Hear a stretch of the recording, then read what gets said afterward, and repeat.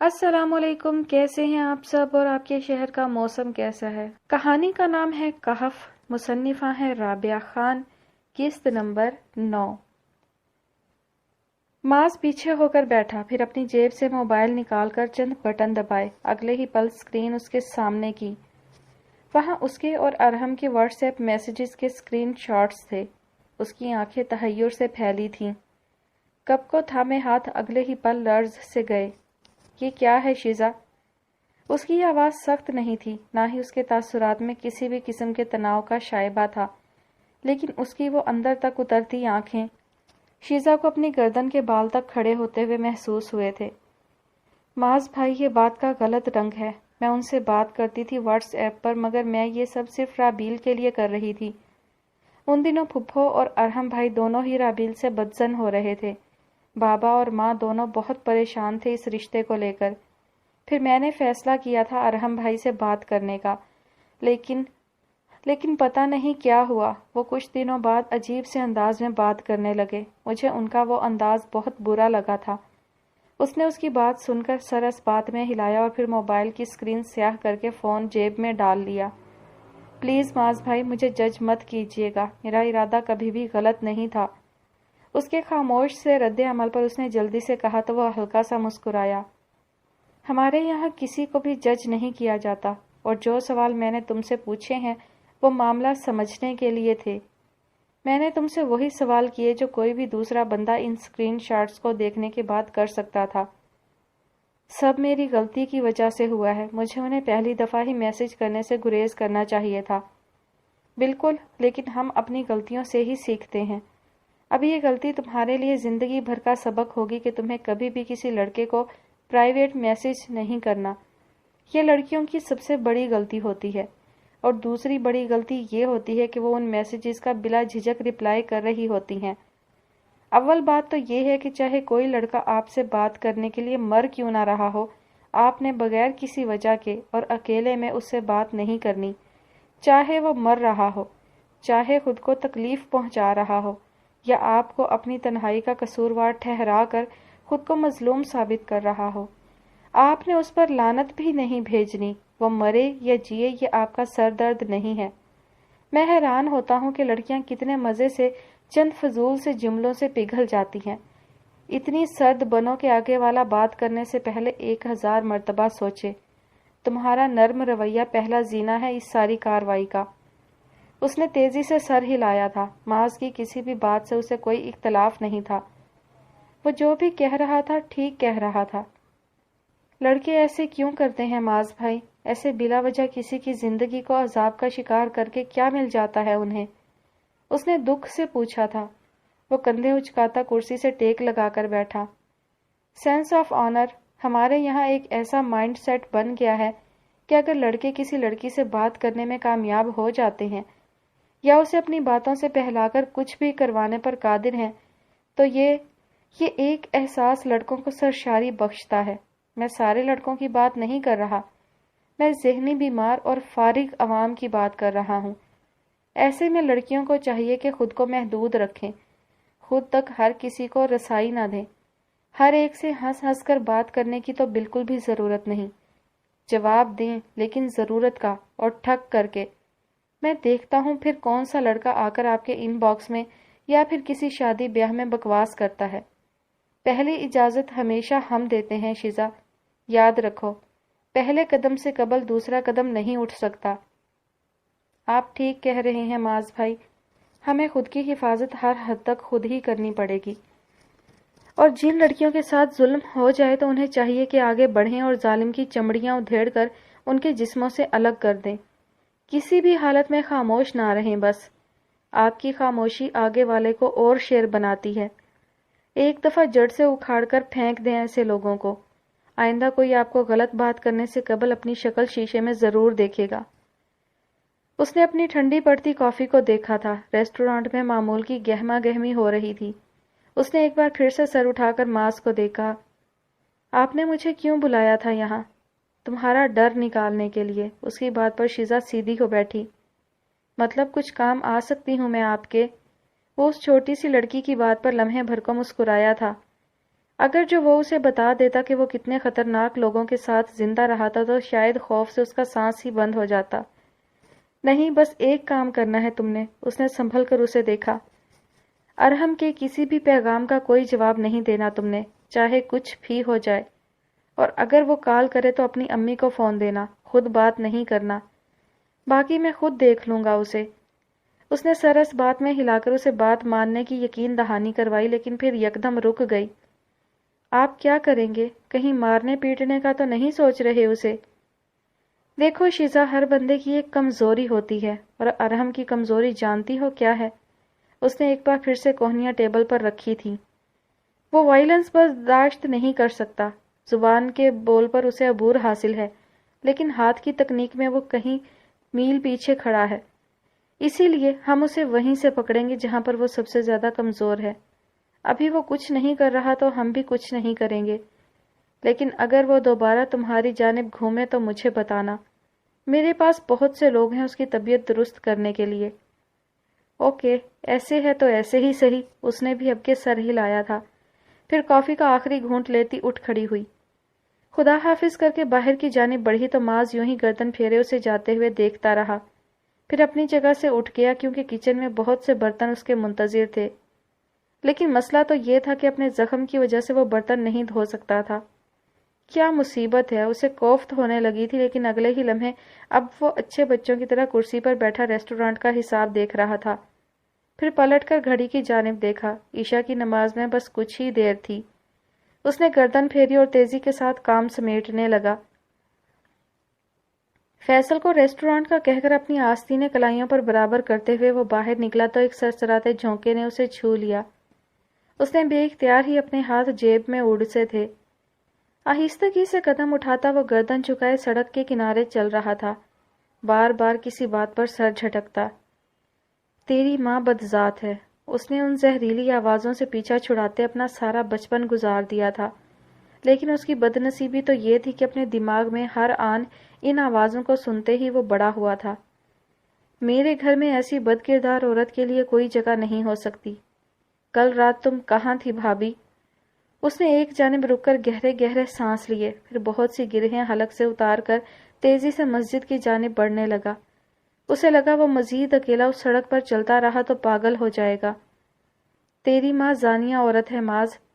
اس نے عجلت میں مسجد میں داخل ہو کر ایک ہاتھ دروازے پر رکھ کر گہرے سانس لے کر خود کو نارمل کرنے کی کوشش کی تھی۔ اس کی آنکھوں میں اس سیاہ رات کا دھواں بھرنے لگا تھا، اس کی آنکھیں جلنے لگی تھیں۔ دونوں ہاتھ چہرے پر پھیر کر خود کو آرام دہ کرنے کی کوشش کی اور پھر تھکے قدموں سے آگے بڑھ آیا۔ کبھی کبھی یہ سوچیں اسے ایسے ہی پاگل کر دیا کرتی تھیں، لیکن کوئی آواز سی تھی جو اس کی سوچوں کی زہریلی سی تان کو توڑ رہی تھی۔ وہ اپنی ہی جگہ جم گیا، آنکھیں پتھرا گئی تھیں اور یوں لگتا تھا کسی نے سانس تک روک دیا ہو۔ سامنے دریوں پر ایک 12-13 سالہ بیٹھا بچہ اپنا حفظ کیا قرآن استاد کو سنا رہا تھا، لیکن روانی کے ساتھ سناتے سناتے جانے کیسے وہ اسی آیت پر رک گیا۔ استاد نے نرمی سے اس کی جانب دیکھ کر دوبارہ سے پچھلی آیت پڑھنے کا کہا تو وہ ایک بار پھر سے وہی آیت پڑھنے لگا، لیکن معاذ اسے کسی اور بات نے جما دیا تھا۔ یوں لگتا تھا گویا مسجد کے یک ٹائلز نے اس کے قدموں کو برف کر ڈالا ہو۔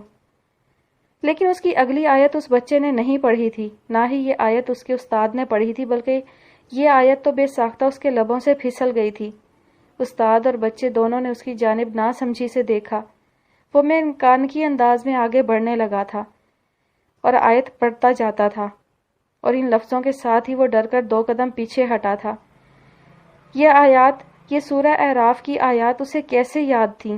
اس نے تو اپنا قرآن بھلا دیا تھا، اس نے تو اس قرآن کو عرصہ ہوا چھوڑ دیا تھا، لیکن پھر یہ آیتیں، یہ اس کی یاد کا حصہ کیسے تھیں؟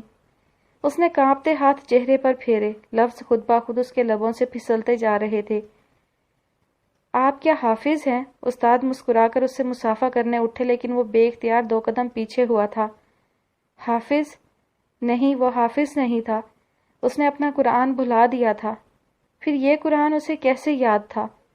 خشک پڑتے حلق اور سفید ہونٹوں کے ساتھ اس نے اگلی آیت پڑھنے کے لیے لب وا کیے تو الفاظ ٹوٹ کر ادا ہونے لگے۔ اس کی کن پٹی سے پسینہ پھوٹ کر گردن میں لڑکا تھا، بلکہ اس کا تو سارا جسم ہی پسینے میں نہا گیا تھا۔ اسے یہ آیات یاد تھیں، خدایا اسے قرآن یاد تھا۔ اس نے اپنے قدم باہر کی جانب پھیرے اور تیزی سے باہر بھاگا۔ اس کے قدم بہت بری طرح لرز رہے تھے، سارے جسم سے کوئی جان سلب کر رہا تھا۔ مسجد کا وہ سکون آور سا ماحول اس کے اعصاب پر کوڑے برسانے لگا تو وہ وہاں سے بھاگ آیا۔ اسے قرآن یاد تھا، اسے اس سے آگے کی آیتیں بھی یاد تھیں۔ اس نے اپنے وقت کا ایک بڑا حصہ اس قرآن کے ساتھ گزارا تھا، بھلا وہ اسے کیسے بھول سکتا تھا؟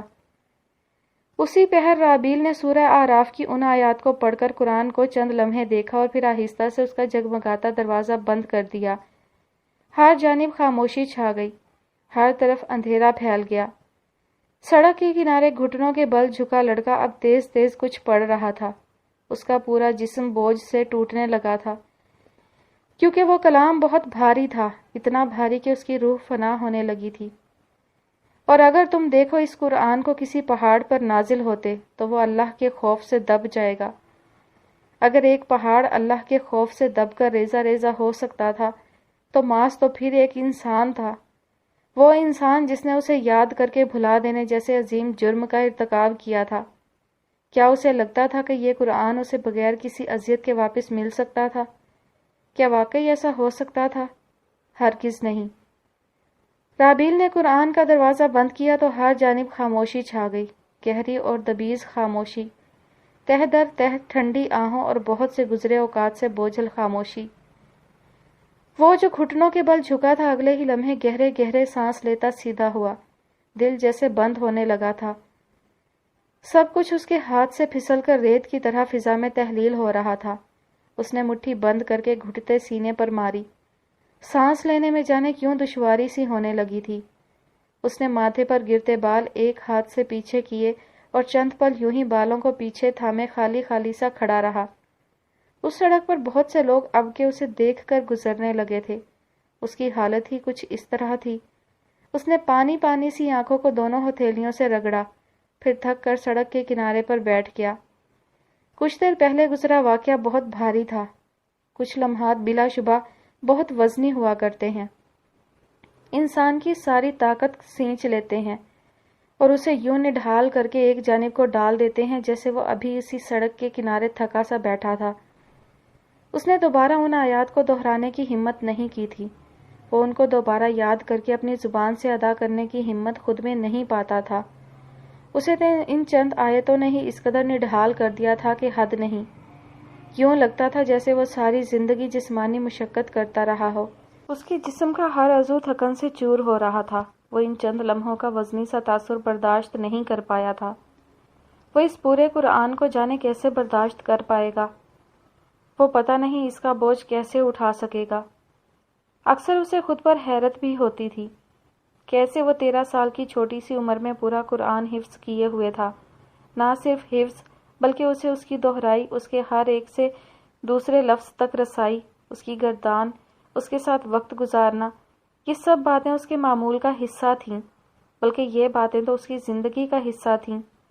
لیکن اب اس لمحے اسے احساس ہوا تھا کہ وہ اس قرآن کے لیے کمزور پڑ گیا تھا۔ جسمانی طور پر طاقتور ہونے کے باوجود بھی وہ روحانی طور پر بہت کمزور تھا۔ بہت سے لوگ جسمانی طور پر کمزور ہو کر بھی اس قرآن کو پا لیتے ہیں۔ جانتے ہیں کیوں؟ اس نے سانس اندر کو کھینچی تھی، پھر آہستہ سے لرزتا ہاتھ سڑک کنارے پر رکھتا اٹھ کھڑا ہوا۔ اسے احساس ہو رہا تھا کہ اس کی ٹانگیں اب بھی لرزش کے زیر اثر تھیں۔ اس نے لڑکھڑاتے قدم آگے بڑھائے۔ روح اس قدر بوجھل ہو رہی تھی کہ اس کا جسمانی اثر وہ اب کے محسوس کرنے لگا تھا۔ اس کے کندھے بے حد بھاری ہو رہے تھے۔ قدم آگے بڑھاتے اسے احساس ہو رہا تھا کہ وہ جلد یا بدیر کہیں گر کر بے ہوش ہونے والا ہے۔ ایسا اس لیے ہوتا ہے کیونکہ ہم اسے ہی بڑا کرتے ہیں جس پر ہم محنت کرتے ہیں، جس پر ہم اپنی ساری زندگی صرف کر دیتے ہیں۔ جانتے ہیں نا کہ ہم انسان اچھائی اور برائی کے ساتھ پیدا کیے گئے ہیں۔ انسان تو ہوتا ہی وہ ہے جو سیاہ و سفید تاثرات کے ساتھ پیدا کیا جائے۔ بالکل سفید اور جگمگاتا ہوا تو فرشتہ ہوتا ہے، انسان نہیں، اور بہت سیاہ تو شیطان ہوتا ہے، انسان نہیں۔ لیکن پھر بھی ہم پر وہی رنگ گہرا ہونے لگتا ہے جس کی صحبت میں ہم زندہ رہتے ہیں۔ اس کے لرزتے قدم اب بھی آگے بڑھ رہے تھے۔ اور اب اسے اندازہ تھا کہ وہ کہاں جا رہا ہے۔ وہ اس جگہ ضرور جانا چاہتا تھا کیونکہ اس کا وجود تھکن سے ٹوٹ رہا تھا۔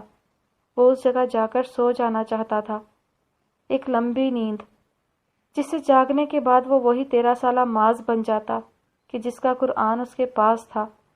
وہ اسے پڑھ کر یا سن کر بوجھل نہیں ہوتا تھا۔ جسمانی طور پر کمزور لوگ اکثر اس قرآن کو اتنی آسانی سے خود میں اسی لیے اتار لیتے ہیں کیونکہ وہ اپنے اندر موجود اچھائی کے فرشتے کے ساتھ زندہ رہنے کو چنتے ہیں۔ وہ اپنا وقت اس فرشتے کے ساتھ گزارتے ہیں۔ وہ اپنی طبیعت کو اس فرشتے کی طبیعت کے ساتھ ڈھال لیتے ہیں۔ تبھی تو وہ اس قرآن کو پورا کا پورا پا لینے پر قادر ہوتے ہیں۔ لیکن پھر کچھ لوگ، اس نے ہڈی سر پر ڈالی، اس سے اس کا چہرہ کافی حد تک ڈھک گیا تھا، صرف ہونٹ اور تھوڑی واضح تھی، باقی کا سارا چہرہ سیاہی کا حصہ لگتا تھا۔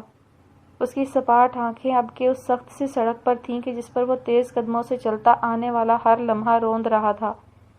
وہ اپنے قدموں تلے اپنی ذات تک کو روند دینا چاہتا تھا۔ وہ اس تکلیف دہ چکر کو اب بس ختم کرنا چاہتا تھا۔ لیکن پھر کچھ لوگ معاذ جیسے ہوتے ہیں جو اپنے فرشتے پر اندر موجود شیطان کو چن لیتے ہیں، اور یاد رکھیے انسان کی پیدائش کے ساتھ ہی اس کا فرشتہ اور شیطان پیدا کر دیا جاتا ہے۔ پھر یہ اس انسان پر منحصر ہوتا ہے کہ وہ کس کو اپنا ساتھی بنانا چاہتا ہے، فرشتے یا پھر شیطان کو۔ اس کی جھکی گردن میں بار بار گلٹی ابھر کر معدوم ہونے لگی تھی، خشک پڑتے حلق اور سرخ سی خشک آنکھوں میں جلن ہونے لگی۔ جانے یہ جلن کب اس کا پیچھا چھوڑنے والی تھی۔ وہ اس سب سے دور جانا چاہتا تھا، بہت دور۔ وہ اپنے آپ سے بھی دور جانا چاہتا تھا، کسی ایسی دنیا میں جہاں اس سیاہی اور سفیدی کی جنگ کا نام و نشان تک نہ ہوتا، جہاں وہ اپنے اصل نفس کے ساتھ زندہ رہ سکتا۔ کاش کہ وہ ایسی کسی جگہ جا سکتا۔ اور جانتے ہیں اس نے اپنے فرشتے پر شیطان کو چن لیا تھا، اس نے اسی شیطان کو بڑا کیا تھا۔ لیکن عجیب بات تو یہ تھی کہ وہ فرشتہ بھی اس کے اندر ہی سانس لے رہا تھا۔ اس نے قبرستان کے سنسان راستے کو دیکھا اور پھر آگے بڑھ گیا۔ اس راستے پر الوؤں کے بولنے کی آوازیں آ رہی تھیں۔ دور دور تک پھیلی اس وحشت میں اس کا سانس ناہموار ہونے لگا تھا، لیکن وہ پھر بھی آگے بڑھتا گیا۔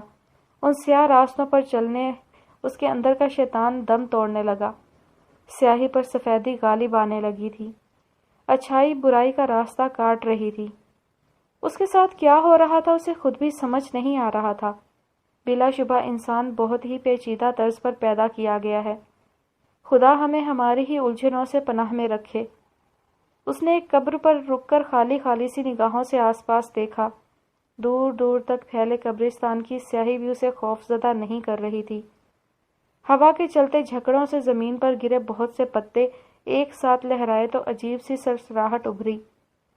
سویا ہوا قبرستان اس سرسراہٹ پر جھنجھنا اٹھا تھا، لیکن وہ اسی خاموشی سے گردن جھکا کر اس قبر کو دیکھے گیا، اس قبر کو کہ جو اس سیاہ قبرستان میں بھی روشن اور پرسکون تھی، اس سیاہی میں بھی سفیدی کا عکس تھی۔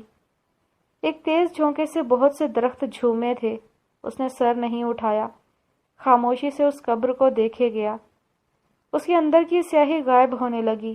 پھر اس نے آہستہ سے ہاتھ اٹھائے، سر سے ہڈی اتار کر پیچھے گردن پر ڈالی۔ اس کے بال اب کے ہوا سے لہرا کر ماتھے پر گر رہے تھے۔ آہستہ سے گھٹنوں کے بل بیٹھتے وہ اس قبر کو ہی دیکھ رہا تھا۔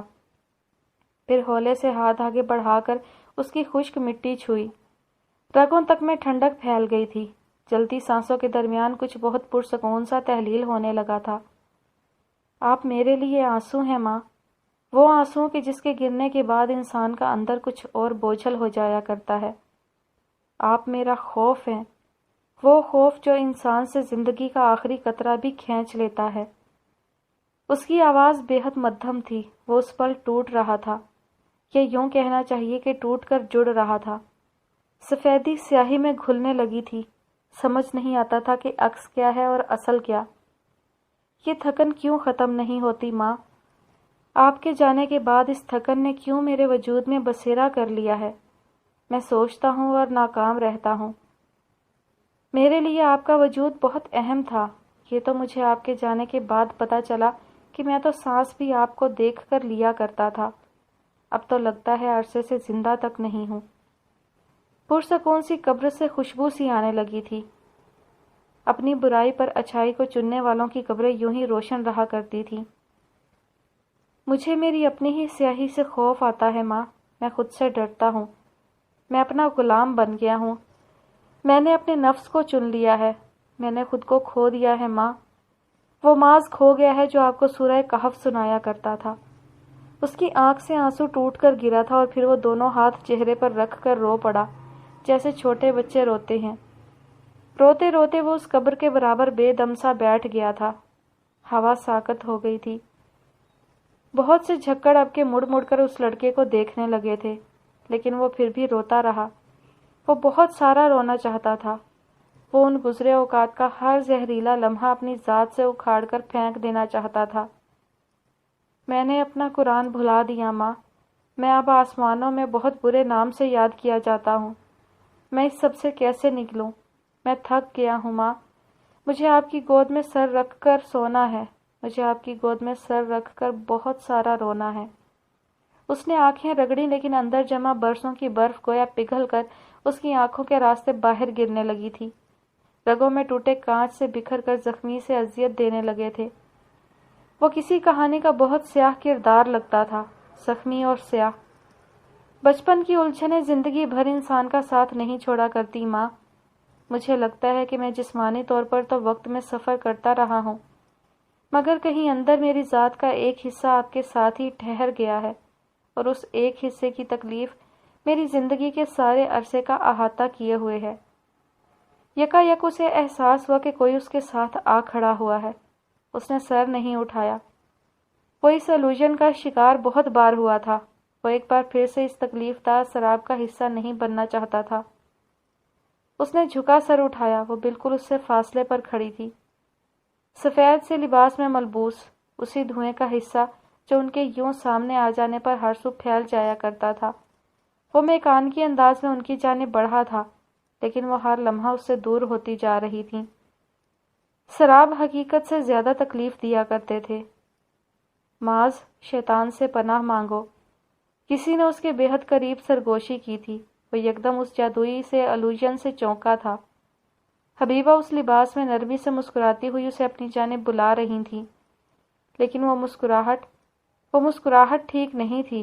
وہ مسکراہٹ دھوکے میں ڈالا کرتی تھی۔ معاذ، اللہ سے شیطان کی پناہ طلب کرو۔ یکدم اس کے ذہن میں جھماکا سا ہوا۔ نظروں کے سامنے پھیلا دھوکا کچھ اور نہیں، اس کا اپنا نفس ہی تھا جو اسے وہ دکھا رہا تھا جو وہ دیکھنا چاہتا تھا۔ وہ حبیبہ نہیں تھی، وہ تو اس کے اندر پنپتی برسوں کی خواہش تھی۔ اللہ سے پناہ مانگو معاذ۔ اس کی سماعت پر گرتی وہ آواز بہت جانی پہچانی تھی۔ اس کے لب بہت ہولے سے ہلے تھے۔ یاد کے پردوں پر نقش بہت پرانی سی آیت اس کے ذہن میں جگمگائی تھی۔ اے پروردگار، میں شیطانوں کے وسوسوں سے تیری پناہ مانگتا ہوں۔ حبیبہ کی مسکراہٹ غائب ہوئی۔ اس کی آیت پڑھنے پر وہ الوژن ناخوش ہوا تھا۔ اس نے اس کی جانب قدم بڑھائے، لیکن پھر اگلے ہی لمحے ٹھہر گیا۔ وہ دھواں فضا میں تحلیل ہونے لگا تھا۔ وہ عکس اس آیت پر اپنا وجود سہار نہیں پا رہا تھا۔ وہ بلا شبہ شیطان کی جانب سے تھا، اسے دھوکے میں ڈالنے کے لیے۔ اسے اس سے پناہ طلب کرنی ہی تھی۔ اگر وہ یوں ہی اس عکس کو تکنے لگتا تو جلد ہی اپنی بصارت سے ہاتھ دھو بیٹھتا۔ وہ دل سے اندھا ہو جاتا، اس کی آنکھیں روشن رہتی اور دل نابینا ہو جاتا، کیونکہ کچھ حلال خواہشات بھی ایک خاص مقام پر جا کر حرام ہو جاتی ہیں۔ ان خواہشات کا وجود بہت طاقتور ہوتا ہے۔ ان کی موجودگی انسان کو اللہ سے دور کرنے کا باعث بنتی ہے۔ وہ بھی اس سارے عرصے میں صرف اپنی ماں کو خوش کرنا چاہتا تھا۔ وہ ان کے لیے اپنا قرآن دوبارہ یاد کرنا چاہتا تھا۔ وہ مساجد میں نمازیں انہیں سرخرو کرنے کے لیے پڑھانا چاہتا تھا، اور بلا شبہ وہ یہاں شرک کا مرتکب ہو رہا تھا۔ عرصے بعد جیسے اس پر اپنے ہی اعمال کا انکشاف ہوا تھا، اور وہ ساکت ہوا اس انکشاف پر آنکھیں پھیلائے اس عکس کو دیکھے گیا تھا۔ وہ عکس اب بہت آہستگی سے فضا میں گھلنے لگا تھا۔ یہ وہ عکس تھا جس نے اسے بہت پہلے قید میں ڈالا تھا۔ کیا تمہیں یاد ہے وہ کب اس عکس کا شکار ہوا تھا؟ ہاں، اسی رات جس رات وہ فٹ پاتھ پر بیٹھا ساری رات روتا رہا تھا۔ وہ اس پر شیطان کا پہلا وار تھا۔ جب ہی تو اس نے معاذ کو کھو دیا تھا۔ کیونکہ وہ اس الوژن پر کسی حقیقت کی طرح یقین کرنے لگا تھا۔ اس کے آگے گزرے ایام دھواں دھواں ہونے لگے۔ معاذ احمد شعراوی جانتا تھا کہ اس نے کیا کر دیا تھا، اور اے میرے پروردگار، اس سے بھی تیری پناہ مانگتا ہوں کہ وہ میرے پاس موجود ہو۔ اس کے لب بے آواز ہلے تھے، وہ عکس فضا میں گھل کر غائب ہو گیا۔ الوژن ختم ہو گیا، سحر ٹوٹ گیا۔ شیطان کمزور پڑنے لگا تھا، اس کے قدموں سے جان یکدم ختم ہوئی تھی۔ یوں لگتا تھا ساری ہمت اس شراب کے ساتھ ہی ختم ہو گئی ہو۔ وہ خود کو بے حد کمزور محسوس کرنے لگا تھا۔ زیر لب تیزی سے ان آیات کی گردان کرتے ہوئے اب وہ مسلسل اپنا سر نفی میں ہلا رہا تھا۔ بچپن کی الجھنیں زندگی بھر انسان کے ساتھ رہا کرتی ہیں۔ وہ الجھنیں آج بھی اس کے اندر گرہوں کی صورت موجود تھیں۔ اسی لیے غلطی کرتے وقت اسے اندازہ ہی نہ ہو سکا کہ وہ کیا کر رہا ہے۔ وہ اس سارے عرصے میں شرک کا مرتکب ہو رہا تھا۔ وہ اللہ کو خوش کرنے کے بجائے اپنی ماں کو خوش کرنا چاہتا تھا۔ اس نے اللہ کی عبادت کرنے کی بجائے اپنی ماں کی پرستش کی تھی۔ ان کی یاد میں اس نے اپنی زندگی برباد کر لی تھی۔ اس نے اللہ کی جگہ کسی اور کو دینے کی کوشش کی تھی۔ اس نے اپنی تکلیفوں کو اپنا الہ بنا لیا تھا۔ معاذ نے بہت بڑی کوتاہی کر ڈالی تھی۔ معاذ سے بہت بڑی غلطی سرزد ہو گئی تھی۔ زیر لب وہ آیت مسلسل پڑھتے اسے لگا جیسے اس کے وجود کے گرد بندھی زنجیریں ٹوٹتی جا رہی ہیں۔ اس کا وجود آزاد ہونے لگا تھا۔ بہت وقت بعد وہ اپنی ماں کی زہریلی یاد سے نکلنے لگا تھا۔ اس کا سانس دھونکنے کی مانند چل رہا تھا، بے حد تیزی سے۔ رگوں میں تیرتا لہو دل کے آس پاس جمع ہونے لگا تھا۔ اس کی گردان جاری تھی، اسے اس سارے دھوکے سے پناہ طلب کرنی ہی تھی۔ اس نے پہلے ہی بہت دیر کر دی تھی۔ پیچھے ایک نظر دیکھے بغیر وہ لمبے لمبے ڈگ بھرتا اس سرسراتے قبرستان سے نکل رہا تھا۔ بہت سی آوازیں اس کا پیچھا کرنے لگی تھیں۔ وہ ان آوازوں اور ان یادوں کو اب زندگی بھر کبھی یوں یاد نہیں کرنا چاہتا تھا۔ وہ اب ان سے آزادی چاہتا تھا۔ میں پناہ طلب کرتا ہوں۔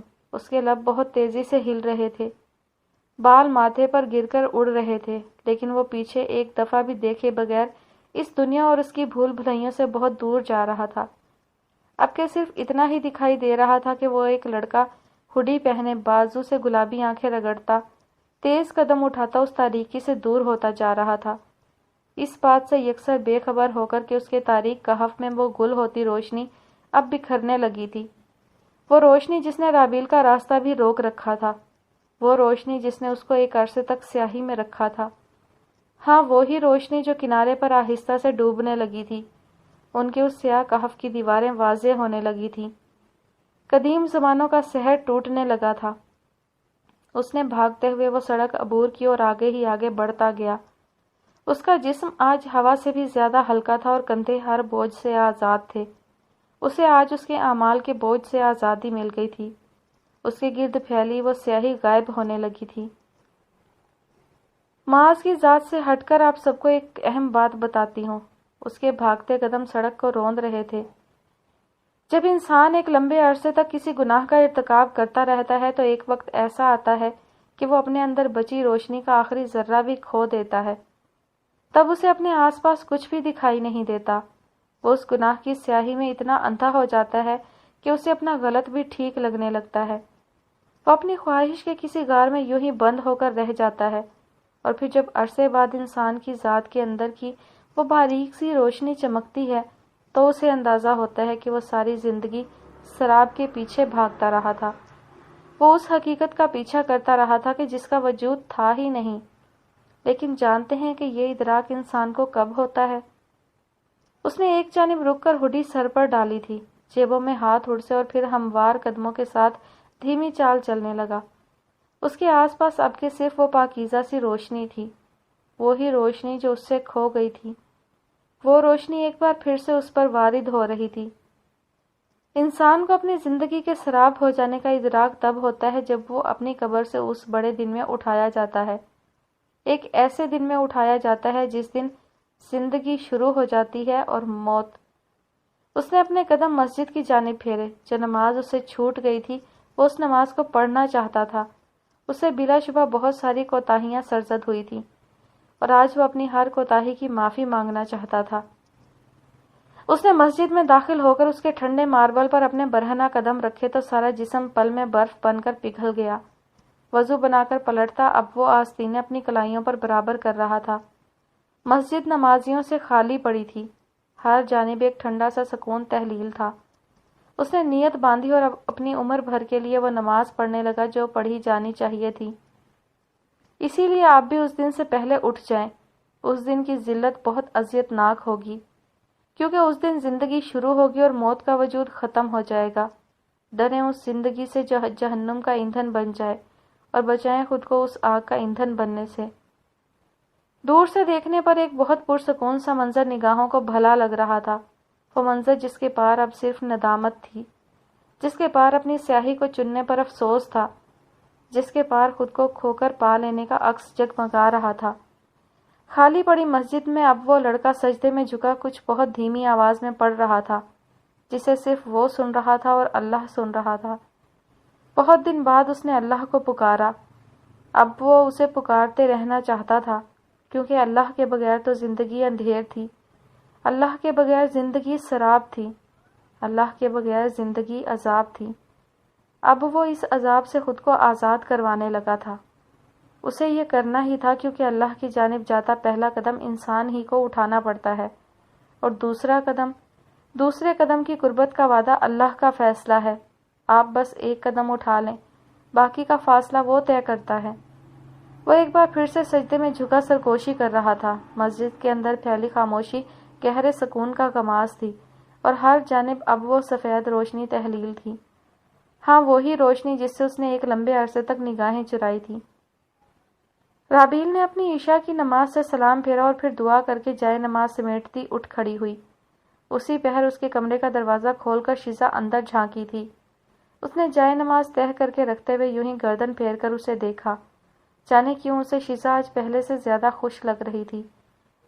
باہر زاہد چچا کے گھر والے آئے ہیں رابیل، آ جاؤ، ماں بلا رہی ہیں۔ اس نے سر اس بات میں ہلایا اور پھر یوں ہی چہرے کے گرد لپٹے حجاب کے ساتھ ہی باہر چلی آئی۔ لاؤنج میں آج بہت عرصے بعد سب اکٹھے بیٹھے تھے۔ زاہد چچا عابد کے ساتھ صوفے پر بیٹھے اقبال کی کسی بے وقوفی سے لطف اندوز ہوتے ہنس رہے تھے۔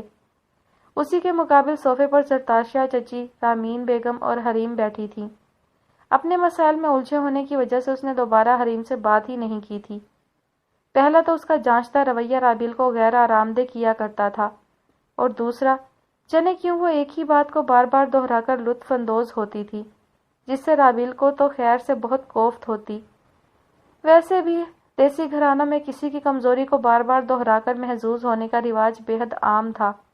ایسے گھٹیا رواج کو اب ختم ہو جانا چاہیے تھا۔ اس نے گہرا سانس لیا اور پاس چلی آئی۔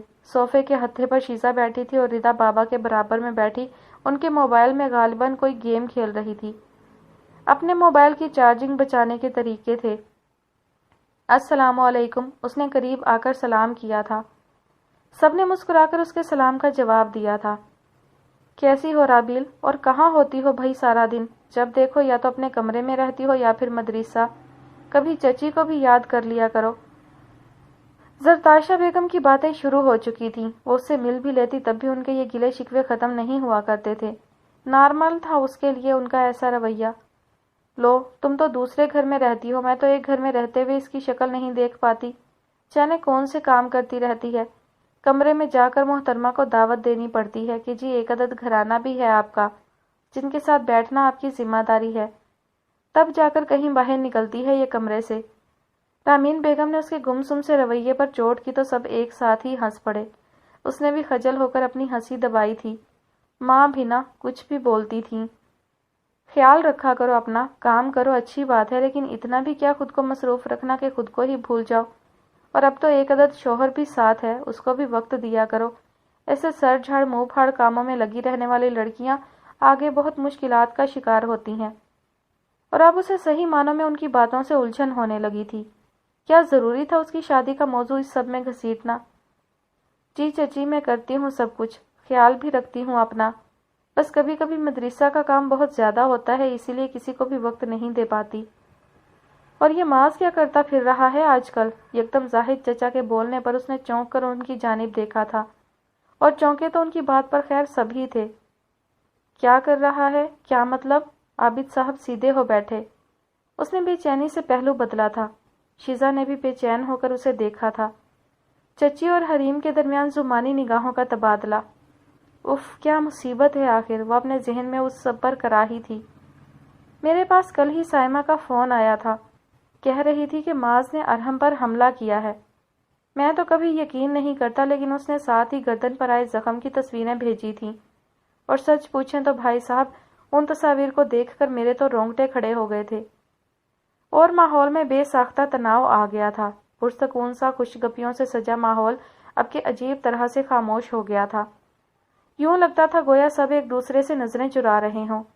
معاذ کا رویہ ان سب کے لیے غیر انسانی سا رویہ تھا۔ اس نے مٹھی بھینچی۔ آپ تصویر کا ایک رخ مت دیکھیں زاہد چچا، اس نے آرام سے کہا تھا۔ اپنے اندر مچی توڑ پھوڑ کے برعکس وہ بہت پرسکون دکھ رہی تھی۔ عابد صاحب نے یکدم چونک کر اسے دیکھا۔ ان کی آنکھوں میں پھیلا وہ بے یقین سا تاثر اسے سرخ کر گیا تھا۔ کیا مطلب، کون سا دوسرا رخ ہے اس تصویر کا؟ اور زاہد اسے کیا پڑی تھی ارحم پر حملہ کرنے کی؟ خیر اتنا پاگل تو اب میں بھی نہیں ہوں کہ یقین کر لوں کہ اس نے بلا وجہ ایسا کوئی قدم اٹھایا ہوگا۔ یقیناً ارحم کی جانب ہی سے پیش قدمی کی گئی ہوگی۔ اور اب حیران ہونے کی باری زاہد چچا کی تھی۔ حریم بھی دلچسپی سے ذرا آگے ہو کر بیٹھی۔ اس نے آنکھیں میچی تھیں، جانے وہ اور معاذ کیوں لوگوں کی دلچسپی کا مرکز بنتے جا رہے تھے۔ بھائی صاحب پیش قدمی کی گئی ہو یا نہیں، سوال یہاں پر یہ نہیں ہے، بلکہ سوال یہاں پر صرف یہی ہے کہ اس کا جوابی وار اس قدر گرا ہوا کیسے ہو سکتا ہے؟ وہ ایسے کیسے کسی کی گردن پر چاقو رکھ سکتا ہے؟ کیا آپ کے رونگٹے کھڑے نہیں ہوتے یہ سب سوچ کر؟ ان کی بات پر حریم اور چچی جھرجھری لے کر پیچھے ہوئی تھیں، جبکہ رامین بے یقینی سے پھیلی آنکھیں لیے چچا کو تک رہی تھی۔ اس نے گہرا سانس لے کر اندر جمع ہوتی گھٹن باہر نکالی۔ مجھے اس سے خود بات کرنی پڑے گی۔ واقعی بات کچھ بھی ہوئی ہو، لیکن اس طرح کا رویہ اختیار کرنا کسی بھی طرح نارمل نہیں ہے۔ اور تمہیں کیسے پتا کہ اس نے یہ سب کیوں کیا ہے؟ کیا تم بھی وہاں موجود تھیں؟ انہوں نے اتنی تیزی کے ساتھ اس سے استفسار کیا تھا کہ اس کا سانس ہی لمحے بھر کو خشک ہو کر رہ گیا تھا۔ نہیں بابا، میں وہاں اس وقت موجود نہیں تھی۔ لیکن بابا، تو تمہیں کیسے علم ہوا پھر اس سب کے بارے میں؟ اور جب ہی شیزا مجھ سے صبح سائمہ کے بارے میں پوچھ رہی تھی کہ تم دونوں میرے پیچھے کچھ کر رہی ہو میری بغیر اجازت کے۔ ان کا سوال جانے کیوں آخر میں بہت چبھتا ہوا ہو گیا تھا۔ اس کا گلابی سا رنگ سفید ہو گیا، ہاتھ پسینے میں بھیگ گئے تھے۔ سچویشن بہت عجیب سی ہو گئی تھی۔ سب اب سر اٹھائے اسے ہی دیکھ رہے تھے۔ بابا، آپ ایک طرف کی کہانی سنے بغیر کسی کو جج نہیں کر سکتے۔ آپ یہ کر کے اپنا ہی نقصان کریں گے۔ اچھا، تو پھر بتاؤ مجھے دوسرے طرف کی کہانی۔ میں بھی دیکھتا ہوں کہ وہ کون سی کہانی ہے جو مجھے سنائی نہیں دی گئی۔ ان کا طنز اس کے دل میں بہت بری طرح سے گڑا تھا، لیکن پھر بھی وہ جم کر کھڑی رہی۔ ابھی انہیں ان کی باتوں پر مطمئن کرنے کا وقت تھا۔ وہ اپنی پیٹھ دکھا کر یہاں سے جانے کا سوچ بھی نہیں سکتی تھی۔ یہ سوچ آتے ہی اس نے پیچھے پڑی کرسی کھینچی اور ان کے سامنے بیٹھی۔ سنجیدگی سے چچا کی جانب دیکھا۔ کوئی آپ کی ماں کو زانیہ یا بدکار کہے گا تو آپ کا جوابی وار کیا ہوگا چچا؟ اس کا سوال بہت کڑا تھا، یوں جیسے زور سے آگے والے کی روح پر برستا کوڑا ہو۔ رابیل چچا، میں نے آپ کا جوابی وار پوچھا ہے۔ آپ کیا کریں گے ایسی صورتحال میں، اور وہ بھی جب ظلم بھی آپ کے ساتھ ہوا ہو؟ ماں آپ کی مر چکی ہو اور ان کے مردہ وجود کے ساتھ کسی غیر محرم کو جوڑ کر آپ سے بات شروع کی جائے۔ میں صرف پوچھ رہی ہوں کہ آپ آگے بڑھ کر اس بندے کا منہ توڑیں گے یا پھر اسے گود میں بٹھا کر پیار کریں گے؟ اوکے، حساب برابر کیا جا رہا تھا۔ کیا ہوا جو معاذ یہ حساب برابر نہیں کر سکا تھا؟ وہ تھی نہ اس کے حصے کی جنگ لڑنے کے لیے۔ اس کے سوال پر چچا کا چہرہ سرخ پڑ گیا تھا، کن پٹی میں خون جل اٹھا تھا۔ بالکل، اس نے بھی یہی کیا جو آپ سوچ رہے ہیں۔ بات اس کی ماں کے کردار سے شروع کی گئی تھی بابا، اور ایسے میں خاموش رہنا عقل مندی نہیں بے غیرتی ہوتی ہے۔ اور یہ پڑا ایک اور چانٹا، وہ بھی زور سے۔ چچا سے کیسے بات کر رہی ہو رابیل تم؟ زرتاشا چچی نے تیش سے ابل کر کہا تھا۔ اس نے خاموشی سے نگاہیں ان کی جانب پھیری۔ اس کی کتھئی آنکھیں اس نرم سی رابیل سے بہت مختلف تھیں۔ وہ آنکھیں سنجیدہ تھیں، سنجیدہ اور کچھ حد تک سرد۔ بالکل اسی طرح چچی جیسے آپ سب معاذ اور تایا کے بارے میں باتیں کرتے ہو، بے حس ہو کر۔ میں بھی کچھ لمحات کے لیے بے حس ہو کر اس بارے میں بات کرنا چاہتی ہوں۔ میں بھی آپ لوگوں کو بتانا چاہتی ہوں کہ الفاظ کی تکلیف کیا تکلیف ہوتی ہے۔ کیونکہ انسان نہ بڑی ہی ڈھیٹ مخلوق ہے، اسے جب تک آگ کے سمندر سے نہ گزارو تب تک کسی آگ کو وہ سنجیدہ لیتا ہی نہیں ہے۔ سب ایک لمحے کے لیے گویا رک سا گیا تھا، جو ہو چکا تھا وہ نہیں ہونا چاہیے تھا، لیکن جو اب ہو رہا تھا وہ اسے روک سکتی تھی، وہ اس سب کو اب روکنا چاہتی تھی۔ تو تم یہ کہہ رہی ہو کہ پچھلے اس سارے عرصے میں ہم بے حس رہے تھے؟ زاہد صاحب نے براہ راست اس سے سوال کیا تو اس نے ان کی جانب دیکھا۔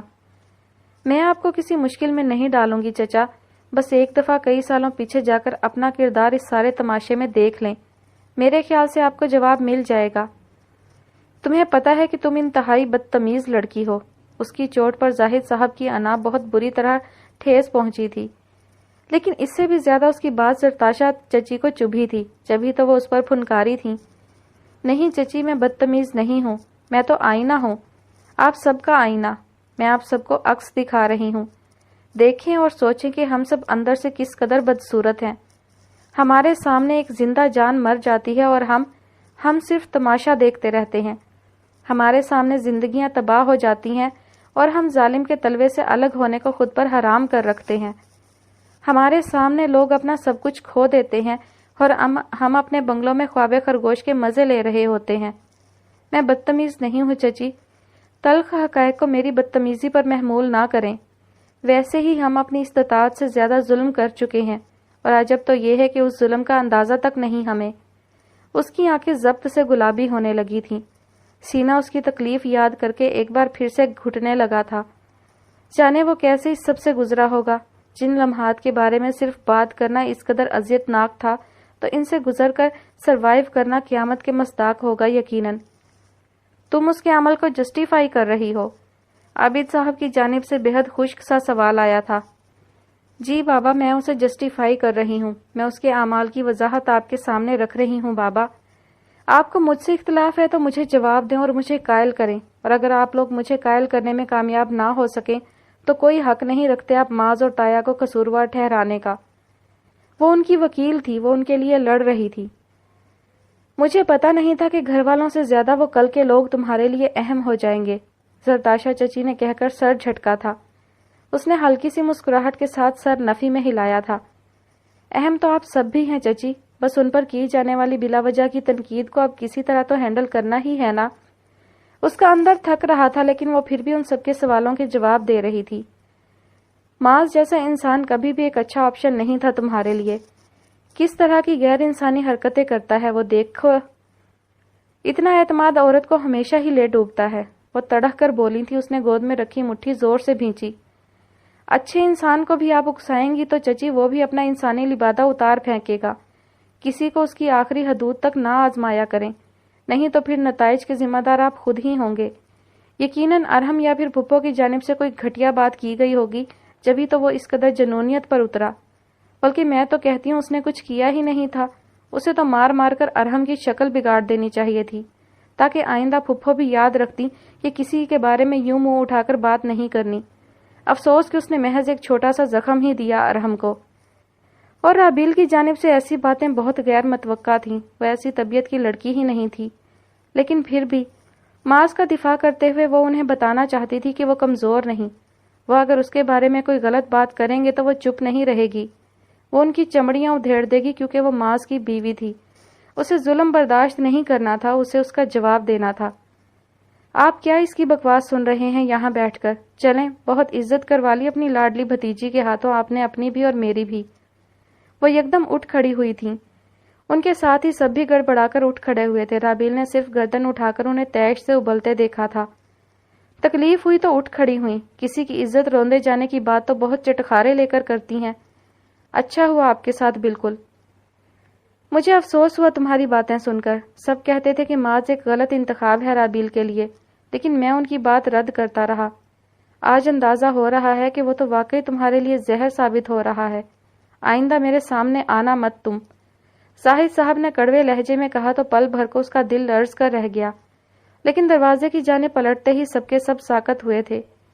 وہاں وہ کھڑا تھا، سیاہ ہڈی پہنے، ہمیشہ کی طرح وجیح اور خاموش، لیکن آج اس کے چہرے پر بہت اداس سا تبسم تھا۔ شاید وہ رابیل کی ساری باتیں سن چکا تھا۔ معاذ تم کب آئے؟ رامین بیگم ہی سب سے پہلے جاگی تھیں۔ وہ جو بیٹھی تھی اٹھ کھڑی ہوئی، بے یقینی سے دروازے کی جانب دیکھا۔ ہاں وہ وہی تو تھا، اسے ہی دیکھ رہا تھا، پھر ہولے سے مسکرایا۔ زاہد صاحب، زرتاشا بیگم اور حریم تیزی سے اس کے برابر سے نکل کر گزرے تھے، لیکن پیچھے کھڑے لوگ اب تک ساکت تھے۔ اس نے بھی کتھئی آنکھیں پھیلا رکھی تھی، اسے اس کے یہاں موجود ہونے کی امید نہیں تھی۔ تھوڑی دیر پہلے ہی آیا تھا مامی۔ وہ اپنی جگہ ہی کھڑا رہا تو عابد صاحب نے کھنکار کر ماحول میں پھیلی خاموشی کو رفع کرنے کی کوشش کی، پھر اس کی جانب دیکھا۔ آؤ نماز، وہاں کیوں کھڑے ہو؟ اور وہ گہرا سانس لیتا آگے بڑھ آیا، ہاتھ میں پکڑے بہت سے شاپنگ بیگز شیزا کی جانب بڑھائے، جس نے سرعت سے انہیں تھام لیا۔ بابا نے آپ سب کے لیے چند دن پہلے ہی کچھ تحائف لیے تھے، کام کی مصروفیت کے باعث میں دے نہیں سکا تھا تو انہوں نے مجھے ابھی بھیج دیا، شاید میں غلط وقت پر آ گیا۔ آرام دہ سی مسکراہٹ کے ساتھ کہہ کر اس نے صوفے پر بیٹھتے ہوئے کہا تو عابد صاحب ایک بار پھر سے کھنکارے، پھر اس کے ساتھ رکھے صوفے پر بیٹھ گئے۔ شیزا اور ردا جلدی سے کچن کی جانب بڑھی تھیں، جبکہ رامین بیگم اور رابیل لاؤنج میں ہی خاموشی سے کھڑی رہیں۔ بھائی صاحب کیسے ہیں؟ ٹھیک ہیں بابا، اس نے سر ہلا کر جواب دیا، اور پھر سرمئی نگاہوں کے ارتکاز نے رابیل کے خاموش کتھئی سے کانچ کی جانب دیکھا۔ وہ اب تک بے یقین تھی۔ اس نے ہولے سے مسکرا کر ایک بار پھر سے عابد صاحب کی جانب دیکھا تھا۔ کام کیسا جا رہا ہے ریسٹورانٹ کا؟ پیسے وغیرہ کا تو کوئی مسئلہ نہیں؟ بات برائے بات کرتے عابد صاحب اب ماحول میں پھیلی آکورڈ سی خاموشی کو کافی حد تک ختم کر چکے تھے۔ اس نے بھی صوفے سے پشت ٹکائی اور مکمل طور پر ان کی جانب متوجہ ہوا۔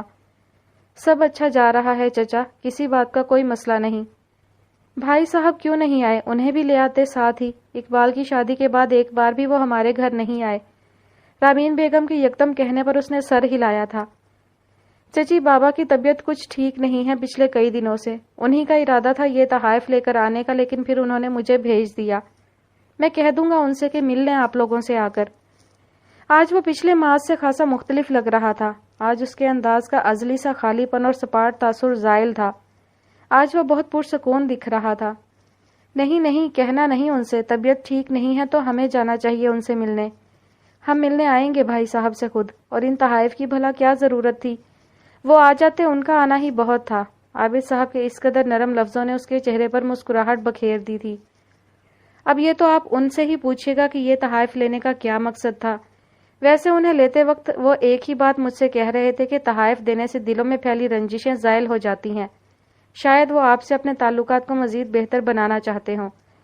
اس نے بے حد سکون سے کہہ کر کندھے اچکائے تھے۔ عابد صاحب کا چہرہ اس کی صاف گوئی پر یکدم گلابی ہوا۔ رامین بیگم جانے کیوں بہت دل سے مسکرائی تھی اس وقت، اور رابیل تایا کی محبت پر اس کے دل میں بہت سے آنسو گرے تھے۔ آہستہ سے اس کے عین مقابل صوفے پر بیٹھتے وہ اسے ہی دیکھ رہی تھی۔ وہ اسے بدلا ہوا لگ رہا تھا۔ اس سب کی کیا ضرورت تھی؟ بھائی صاحب بھی نہ بس کبھی کبھی بچوں والی بات کرتے ہیں۔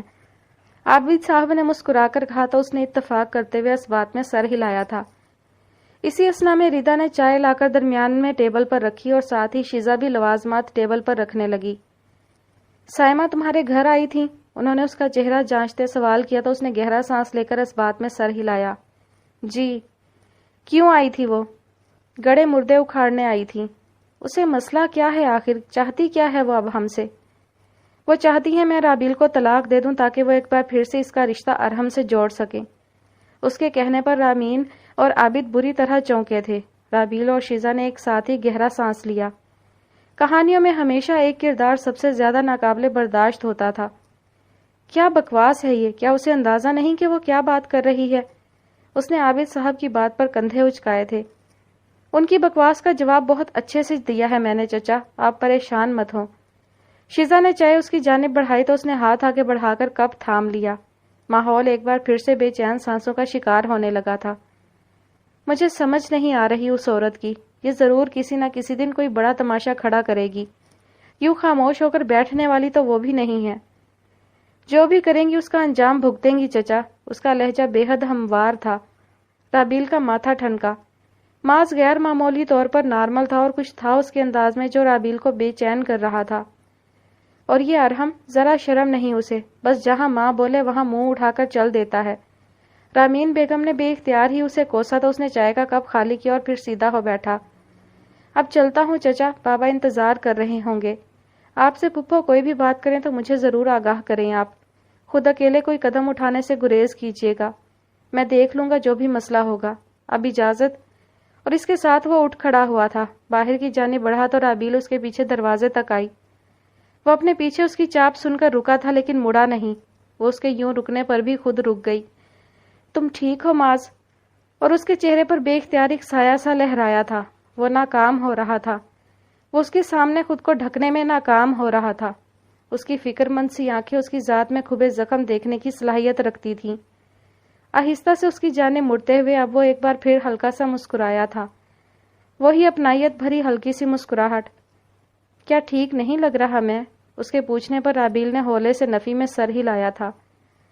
اس کی مسکراہٹ گہری ہو گئی، ہاتھ اٹھا کر اس کا حجاب میں لپٹا سر 2 انگلیوں سے بجایا۔ جانتی ہو دنیا میں سب سے زیادہ خوش لوگ کون ہوتے ہیں؟ اس نے نرمی سے پوچھا تو اس نے ناسمجھی سے اسے دیکھا۔ خوش وہ ہوتے ہیں جو اللہ کے قریب ہوں، اس کے معصوم سے جواب پر وہ اداسی سے مسکرایا تھا، پھر اس کی کتھئی آنکھوں کو اپنی سرمئی آنکھوں کی قید میں لیا۔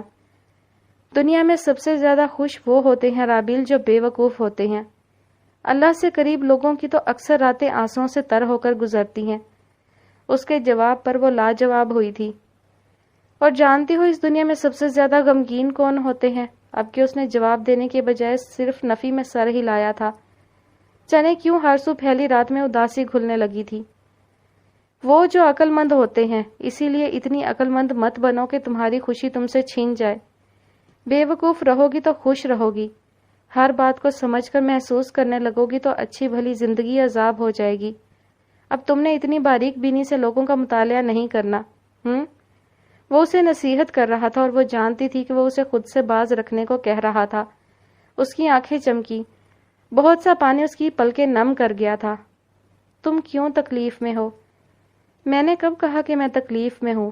میں ٹھیک ہوں بالکل، اسی لیے فضولیات سوچنا چھوڑو اور اندر جاؤ، ٹھنڈ بہت ہے باہر۔ اس نے نرمی سے کہا اور پھر اس کا انتظار کیے بغیر تیزی سے باہر کی جانب بڑھا۔ وہ اس کے پیچھے آ رہی تھی لیکن وہ نہیں مڑا۔ اس کی بھیگی پلکیں اسے کمزور کرنے لگی تھی، وہ اس کی کمزوری بنتی جا رہی تھی۔ اگر کچھ دیر اور وہ اس کے ساتھ رہتا تو اپنی بکھری ذات کو نہیں سمیٹ پاتا، اسی لیے وہ ابھی اسی وقت اس سے دور جانا چاہتا تھا۔ گیٹ سے باہر نکل کر اس نے گاڑی کی جانب رخ پھیرا۔ رابیل پیچھے رہ گئی، بہت سے آنسو اپنے اندر ہی اتار لیے تھے۔ پھر سر اٹھا کر اس خنک سی رات کو دیکھا جس کے پار بہت سے زخم آج منتمل ہو کر بھی تکلیف دے رہے تھے۔ کیوں ہوتا تھا ایسا کہ زخم بھر جایا کرتے تھے لیکن نشان باقی رہتے تھے؟ جانے کیوں انسان ان نشانات کو خود کی ذات سے جدا کرنے پر قادر نہیں تھا؟ شاید اسی لیے کیونکہ یہ دنیا تھی، یہ دنیا جنت نہیں بن سکتی تھی۔ اس دنیا میں زندہ رہنا تھا تو انہی نشانات کے ساتھ رہنا تھا۔ اس نے بھی رخ اندر کی جانب پھیرا اور خاموشی سے اندر چلی آئی۔ اسی سیاہ رات میں اپنی اسٹڈی میں نیم اندھیرا کیا سلطان بیٹھا تھا، دونوں کوہنیاں ٹیبل پر رکھے، آنکھیں سگیڑ کر کسی اندیکھے سے منظر کو دیکھتا ہوا۔ پھر وہ ساتھ کھڑے عزیز کی جانب پریشانی سے متوجہ ہوا۔ اس کے پیچھے بندے لگا دو۔ کیا آپ کو لگتا ہے کہ آپ اس کے پیچھے بندے لگوا سکتے ہیں؟ اور اس کا سوال انہیں لمحے بھر کو لاجواب کر گیا تھا۔ پھر انہوں نے گہرا سانس لیا۔ میں اسے یوں نہیں چھوڑ سکتا۔ کچھ لوگوں کو اس کے پیچھے لگاؤ اور دھیان رہے اسے بھنک نہیں پڑنی چاہیے اس سب کی۔ ٹھیک ہے، لیکن کیا میں یہ پوچھ سکتا ہوں کہ آپ کیوں پریشان ہو رہے ہیں؟ اس کے سوال پر وہ ہولے سے مسکرایا تھا، پھر نگاہیں اندھیرے پر جما کر ہلکے سے بولا، وہ معاذ ہے عزیز، اس سے کچھ بعید نہیں۔ اور اس کے اس سرد سے جملے پر عزیز کے جسم میں لہر سی دوڑ گئی تھی، کیونکہ وہ ایک جملہ اپنے اندر بہت سے مبہم مفاہیم رکھتا تھا۔ خاموشی سے گاڑی کو سڑک کی جانب موڑتے وہ دانستہ طور پر اسے خالی پڑی سڑکوں پر دوڑانے لگا تھا۔ رات ابھی اتنی گہری نہیں ہوئی تھی، لیکن باہر برستے کوہر کے باعث اب لوگوں کی آمد و رفت سڑک پر نہ ہونے کے برابر تھی، اور در حقیقت اسے بھی یہی خاموشی درکار تھی۔ خود کی خاموشی کو ماحول میں پھیلی خاموشی سے ہم آہنگ کرنے کا اس سے بہتر کوئی اور طریقہ بھلا ہو سکتا تھا کیا؟ اس نے اگلے ہی پل گہرا سانس لے کر کھلی کھڑکی پر اپنی کوہنی ٹکائی اور یوں ہی بے مقصد گاڑی دوڑاتے وہ ان کتھئی آنکھوں کو جھٹکنے کی کوشش کرنے لگا تھا۔ کئی سالوں تک مافیا کے ساتھ کام کرنے کے بعد اسے اندازہ تھا کہ خود کا اصل کہاں ظاہر کرنا ہے اور کہاں چھپانا ہے۔ انہیں اس بات کی تربیت بہت اچھے سے دی جاتی تھی، لیکن ابھی کچھ دیر پہلے رابیل سے ہوئی مٹ بھیڑ میں وہ اس کی آنکھوں میں اپنے لیے امڑتی نمی دیکھ کر دنگ رہ گیا تھا۔ اس نے تو بہت اچھے سے یہ ظاہر کیا تھا کہ وہ ٹھیک ہے، بلکہ وہ جانتا تھا کہ چچا چچی یہاں تک ردا اور شیزا بھی اس کے نرم رویے سے مطمئن ہو گئی تھی، لیکن وہ دو آنکھیں، اس کے وجود میں وہ کتھئی آنکھیں اسے اب تک اپنے اندر اترتی محسوس ہو رہی تھی۔ جب سب کو مطمئن کر کے وہ ان آنکھوں میں دیکھنے لگتا تو وہ اس سے صرف یہی التجا کر رہی ہوتی کہ معاذ یوں خود کو اذیت مت دو، ایسے خود کے ساتھ مت کرو۔ اس نے ایک بار پھر سے گہرا سانس لے کر اندر جمع ہوتی گھٹن کو باہر نکالا تھا۔ کیا وہ لڑکی اس کی زندگی کا حصہ بننے لگی تھی؟ کیا وہ اس کے اندر اترنے لگی تھی؟ کیا وہ اسے اپنے اندر تک رسائی دے رہا تھا؟ کہیں وہ اس کے ساتھ کوئی زیادتی تو نہیں کر رہا؟ کہیں وہ کسی پہن میں اس کی تکلیف کا باعث تو نہیں بنے گا؟ بہت سے سوالات سے نگاہیں چرا کر اب وہ پہلے سے بھی زیادہ تیزی سے گاڑی دوڑانے لگا تھا۔ اس سب کے باوجود بھی ایک بات تو طے تھی کہ اس لڑکی کی موجودگی اسے غیر آرام دہ نہیں کیا کرتی تھی، اس کی موجودگی اسے سکون دیا کرتی تھی۔ وہ اس زخم سی دنیا میں مرہم تھی، اس کا مرہم، لیکن ابھی یہ سب باتیں جذباتی ہو کر سوچنے کا وقت نہیں تھا۔ وہ چند دن اس کی نگاہوں سے اوجھل رہنا چاہتا تھا۔ ارحم اور سائمہ کے دیے گئے تانوں اور خاندان والوں کی باتوں کو وہ نئے سرے سے سوچنا چاہتا تھا۔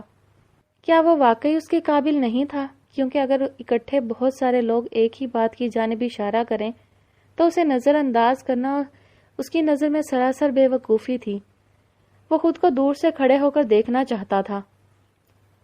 وہ اپنے ہر عیب، ہر نشان اور ہر زخم کے ساتھ خود کی بدصورتیوں کو جانچنا چاہتا تھا۔ ہاں، اب وہ خود سے رابیل کی خاطر نظر ملانا چاہتا تھا۔ کیا وہ واقعی ایسا ہی تھا جیسا لوگ اسے کہہ رہے تھے؟ کیا ایسا ہی تھا؟ اور اگر ایسا تھا تو وہ رابیل کے قابل نہیں تھا۔ رابیل کسی بہت اچھے انسان کو ڈیزرو کرتی تھی، اور یقیناً وہ ایک انسان ہرگز نہیں تھا۔ اس نے ایک پل کو آنکھیں موند کر کھولیں۔ آنسوؤں سے چمکتی پلکیں اور گلابی سی آنکھیں اس کے ہر جانب بکھرنے لگی تھیں۔ وہ ایک لڑکی اسے بے بس کرنے لگی تھی، لیکن وہ اس کے معاملے میں کوئی کوتاہی کرنے کا رسک نہیں لے سکتا تھا۔ اگر اسے خود کو رابیل کے لیے چننا تھا تو وہ اسے اس کڑے امتحان سے گزرنا ہی تھا، خود سے نگاہیں ملا کر اپنی بدصورتیوں کا سامنا کرنے والے امتحان سے۔ اور در حقیقت وہ اس کے لیے اس سب سے گزرنے کے لیے تیار بھی تھا، لیکن پھر فیصلہ اس کے خلاف جانے کے سلسلے میں وہ اس لڑکی کو کیسے راضی کرے گا؟ کیا وہ اسے خود سے علیحدہ کرنے پر راضی کر پائے گا؟ کیا وہ اس کی نرمی کے بغیر اب زندہ رہ پائے گا؟ اسے تو اندازہ ہی نہیں ہوا تھا کہ وہ اس کی ذات میں شامل ہونے لگی تھی، وہ اس کی عادت بننے لگی تھی، وہ اس کے خوابوں کا حصہ بننے لگی تھی۔ وہ اسے بے دخل کرتا بھی تو کہاں سے۔ اتنی تلخ باتیں سوچتے ہوئے خود پر ایک لمحے کے لیے بھی رحم کے ساتھ پیش آنے کے بجائے وہ بہت بے رحمی سے اپنے زخم ادھیڑ رہا تھا۔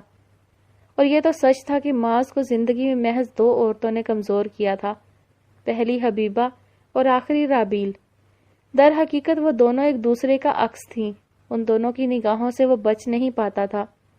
ان کے سامنے اپنی ذات کے ادھڑے بخیوں کو کھولنے سے وہ گھبرایا نہیں کرتا تھا۔ ہاں، ان کے سامنے کمزور پڑنے سے وہ ڈرا نہیں کرتا تھا۔ وہ ان کے سامنے معاذ بن کر جا سکتا تھا، وہ ان کے سامنے اپنی بدصورتیوں کے ساتھ کھڑا ہو سکتا تھا۔ اور اب اس سب کے بعد وہ ایک کو کھو چکا تھا، لیکن وہ دوسری کو نہیں کھونا چاہتا تھا۔ وہ اس کا ساتھ چاہتا تھا، وہ اس کے ساتھ کے لیے اکثر راتوں میں تڑپنے لگا تھا، بالکل ویسے ہی جیسے وہ کبھی اپنی ماں کے لیے تڑپا کرتا تھا۔ وہ اسے اپنی زندگی کا حصہ بنانا چاہتا تھا، وہ اسے کھونا نہیں چاہتا تھا۔ یکدم خیالات کی بہتی رو سے وہ بری طرح چونکا، اسٹیئرنگ تھامے ہاتھوں میں پسینہ آ گیا تھا۔ بریک پر بے ساختہ پیر جا پڑنے کی وجہ سے گاڑی ایک جھٹکے سے رکی تھی۔ گاڑی سے باہر پھیلی سوندھی سی دھند نے ہر شے پر گمان کا ورق چڑھا دیا تھا۔ ہیولے حقیقت لگتے تھے اور حقیقت دھواں بن کر گزرے اوقات میں بکھرنے لگی تھی۔ کیا وہ اس سے محبت کرنے لگا تھا؟ اور اس سوال نے جیسے اسے ڈنک مارا تھا۔ پھیلی پھیلی آنکھیں لیے وہ اس سوال پر یک لخت ہی ساکت ہوا تھا۔ اتنے عرصے میں اس نے خود سے کبھی یہ سوال نہیں کیا تھا، یہاں تک کہ اس کے ساتھ نکاح جیسے رشتے میں بندھنے کے بعد بھی وہ اس کے لیے ایسا کچھ بھی محسوس نہیں کیا کرتا تھا۔ ہاں، وہ اس کے لیے خاص ضرور تھی، مگر محبت؟ کیا بات اتنی آگے نکل چکی تھی؟ کیا بات اس کے اختیار کی حدود سے نکل کر محبت کی حدود میں داخل ہو گئی تھی؟ اس نے جلدی آنکھیں موند کر سر بے بسی سے سیٹ کی پشت سے ٹکایا تھا۔ اس کے اندر اس سوال پر پھیلی خاموشی اسے خوف زدہ کر رہی تھی۔ کیا وہ واقعی اسے چاہنے لگا تھا؟ اس نے تھک کر آنکھیں کھولیں تو ہر سو وہ فکر مند سا ارتکاز پھیلنے لگا۔ اس کی جانب دیکھتی وہ دو آنکھیں گویا اس کے دل پر نقش ہو گئی تھیں۔ اس نے سر دونوں ہاتھوں میں گرا لیا تھا۔ اندر پھیلی خاموشی کے درمیان سے کوئی بہت باریک سی آواز اس کی سماعت کو چیرتی ہوئی گزرنے لگی تھی۔ تم کیوں تکلیف میں ہو؟ اس نے ماتھے پر گرے بال ہاتھ سے مزید بکھیرے اور خود کو ریلیکس کرنا چاہا، لیکن اس کی بوجھل سانسیں سب کچھ تہس نہس کر رہی تھیں۔ جانے اس کی ذات کے انکشافات اسے اس قدر تکلیف کا شکار کیوں کیا کرتے تھے۔ اس نے سر اٹھا کر خود کو بیک ویو مرر میں دیکھا۔ ضبط کے باعث گلابی ڈوروں سے سجی سرمئی آنکھیں اس سمے بے حد خوبصورت لگ رہی تھیں۔ اس نے خود سے سچ بولنے کا فیصلہ کیا۔ گہرا سانس لے کر اندر جمع ہوتی کثافت کو باہر نکالتے ہوئے اس نے اپنے ہاتھ سٹیئرنگ پر جمائے تھے۔ اگر اسے خود کا سامنا کرنا ہے تو اسے خود سے سچ بولنا ہوگا۔ خود سے جھوٹ بول کر نگاہیں چرانے کا نتیجہ صرف بے سکونی کی صورت میں نکل سکتا تھا، اور سچ بات تو یہ تھی کہ اب وہ بے سکون رہ رہ کر تھک چکا تھا۔ وہ اس بے سکونی اور خالی پن سے اپنی جات چاہتا تھا۔ وہ اس دن بہ دن کی بڑھتی کثافت سے آزادی چاہتا تھا۔ اس نے ہاتھ آگے بڑھا کر ڈیش بورڈ پر دھرا موبائل اٹھایا اور پھر اسے چند لمحے خالی خالی نگاہوں سے دیکھنے کے بعد اس کی سرد پڑتی انگلیوں کی جنبش نے بہت سے نمبر ڈائل کیے۔ اب وہ فون کان سے لگائے دوسری جانب جاتی گھنٹی کو خاموشی سے سننے لگا تھا۔ اسے اس کا جواب طلب کرنا ہی تھا، تو پھر آج کیوں نہیں، ابھی کیوں نہیں؟ کسی سے بھی بات کیے بغیر وہ اپنے کمرے میں آ کر خاموشی سے لیٹ گئی تھی۔ کچھ دیر پہلے کا حجاب اب اس کے ساتھ ہی پڑا تھا، اور وہ بالوں کو ایک جانب ڈالے بیڈ پر چت لیٹی خالی خالی نگاہوں سے چھت کو تک رہی تھی۔ یکایک اس کا فون بجا تو اس طرف کو متوجہ ہوئی۔ ہاتھ بڑھا کر سائڈ ٹیبل پر دھرا موبائل اٹھا کر اس نے اسکرین نگاہوں کے سامنے کی، لیکن پھر اگلے ہی لمحے وہ معاذ کا نام دیکھ کر سیدھی ہو بیٹھی تھی۔ بال کندھے سے پھسل کر آگے کی جانب گر پڑے۔ اس نے محتاط ہو کر فون کان سے لگایا تھا۔ کمرے میں کھڑکی کے راستے گرتی بہت سی چاندنی ہر جانب بکھرنے لگی تھی۔ انسانی آنسوؤں کا اثر موسم کو بھی نم کر دیا کرتا تھا۔ ان کے آس پاس پھیلا موسم بھی اس پاکیزہ سی نمی کا شکار ہونے لگا تھا۔ فون کان سے لگانے کے بعد بھی چند لمحے دونوں میں سے کوئی کچھ نہ بول سکا تھا۔ شاید وہ دونوں ہی جانتے تھے کہ خود سے نگاہیں چراتے چراتے وہ اب کے نگاہیں ملانے لگے تھے۔ دوسری جانب وہ آہستہ سے گاڑی کا دروازہ کھول کر باہر نکل آیا تھا۔ سنسان پڑی سڑک پر دور تک پھیلی دھند کے نشان ثبت تھے۔ اس نے اپنی پشت گاڑی سے ٹکائی اور ایک ہاتھ جیب میں ڈالا۔ آسمان سے گرتی بہت سی چاندنی اس کے بالوں پر گر کر اسے اپنا نور بخش رہی تھی۔ رابیل! اس کی پکار پر جانے کیوں دوسری جانب اس کی آنکھوں سے آنسو ٹوٹ کر گرے تھے۔ تمہیں ایک بات بتانی تھی میں نے۔ اس کا لہجہ بہت نرم تھا، مدھم سا۔ دوسری جانب اس کی سماعتوں میں جانے کیوں مٹھاس سی گھلی تھی۔ آنسو اب متواتر بہنے لگے تھے۔ وہ اس کے لیے آنسو بہا رہی تھی، وہ اس کے حصے کا رو رہی تھی، کیونکہ کبھی کبھی تو وہ چاہ کر بھی رو نہیں پاتا تھا۔ تم ہمیشہ کہتی ہو کہ تم بے وقوف ہو۔ لوگ تمہیں کہتے ہیں کہ تم کم عقل ہو، تم معاملات کو ٹھیک سے سنبھالنا نہیں جانتی، لیکن میں تمہیں ایک گہری حقیقت بتاؤں رابیل۔ وہی مدھم سا آنچ دیتا لہجہ اب کے اس کی سماعتوں کے راستے دل میں اتر رہا تھا۔ اس نے لبوں پر سختی سے ہاتھ رکھ کر لرزتی ہچکیاں ابھرنے سے روکی تھیں۔ معاذ نے سر گاڑی سے ٹکا کر دور آسمان پر نگاہیں جمائیں۔ ماتھے پر گرے سیاہ بال ہولے ہولے لہرا رہے تھے۔ اس کی سرمئی آنکھیں اس سمے گہری اداسی کی زد میں تھیں، اور اس کی آواز اس اداسی کے زیر اثر کچھ اور گمبھیر ہو گئی تھی۔ تم بہت عقل مند ہو۔ تم وہ باتیں بھی جان لیتی ہو جو انسان تم سے چھپانے کی کوشش کر رہا ہوتا ہے۔ تم وہ باتیں بھی سمجھ لیتی ہو جو کبھی کہی ہی نہ گئی ہوں۔ اور تم، وہ لمحے بھر کو ٹھہرا تھا۔ آسمان سے گرتی چاندنی اب دور دور تک پھیلی دھند میں گھلنے لگی تھی۔ وہ بھی اس دھند میں کھڑا اسی دھوئیں کا حصہ لگ رہا تھا۔ اور تم اس سب کے ساتھ مجھے اکثر ڈرا دیتی ہو، ایسے مت کیا کرو۔ اس نے کہہ کر گہرا سانس لیا تو دوسری جانب رابیل نے بھی کھینچ کر سانس لیا تھا۔ آنسوؤں سے بھیگا چہرہ ہاتھ سے رگڑا اور پھر الجھی سانسوں کو بمشکل معمول پر لانے لگی۔ اس نے جیب میں اڑسا ہاتھ باہر نکالا اور پھر آہستہ سے گاڑی کے ساتھ ہی ٹھنڈی سڑک پر بیٹھ گیا۔ رو کیوں رہی ہو؟ اس نے آہستہ سے پوچھا تھا۔ دوسری جانب وہ اس کے ایسے پوچھنے پر چونکی تھی۔ میں نہیں رو رہی، اس نے کہا تو آواز آنسوؤں سے بھیگی ہوئی تھی۔ وہ دوسری جانب ہولے سے مسکرایا تھا۔ کیوں روتی ہو اتنا؟ کیونکہ جو دنیا میں جتنا زیادہ روتے ہیں وہ آخرت میں اتنا ہی ہلکا بوجھ لے کر اٹھیں گے۔ میں بس اپنے اس بوجھ کو ہلکا کرنا چاہتی ہوں، اس نے کہہ کر گیلی سانسیں اندر کو کھینچی تھیں۔ مت رویا کرو اتنا، تکلیف ہوتی ہے مجھے۔ تمہیں کیوں تکلیف ہوتی ہے؟ وہ کچھ پل تو اس سوال پر خاموش بیٹھا رہا تھا، پھر سر اٹھا کر اپنے اوپر پھیلی دھند کو دیکھا۔ ہوا کے ایک سرسراتے جھونکے نے اس کی ہڈیوں تک کو لمحے بھر کے لیے جما دیا تھا۔ پہلے ماں کے آنسوؤں سے تکلیف ہوتی تھی اور اب تمہارے آنسوؤں سے ہوتی ہے، مجھے نہیں پتا کہ کیوں۔ اس نے صاف کوئی سے کہا تو دوسری جانب وہ خاموش سی ہو گئی، پھر گہرا سانس لے کر بولی، تائی سے تو محبت کرتے تھے تم، جبھی تو ان کے آنسو تکلیف دیا کرتے تھے تمہیں، پھر میرے آنسو کیوں تکلیف دے رہے ہیں تمہیں؟ شاید میں تم سے بھی محبت کرنے لگا ہوں، آخر میں کندھے اچکا کر آرام سے کہا تو دوسری جانب رابیل کا سانس ہی پل بھر کو رک گیا تھا۔ ہاتھ میں پکڑا دوپٹہ اس نے مٹھی میں زور سے بھینچا تھا۔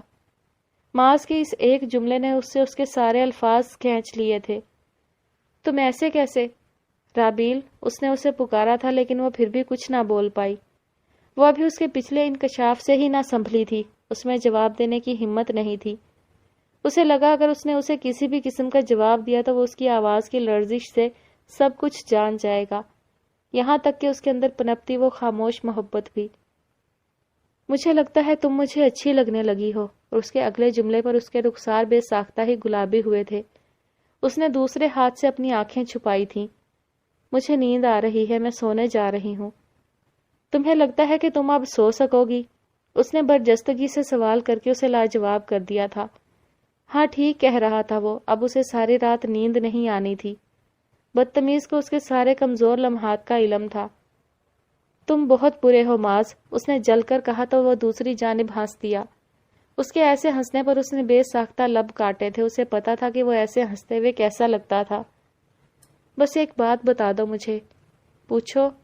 رو کیوں رہی تھی تم؟ تم نے رلایا تھا۔ میں نے کب رلایا تمہیں؟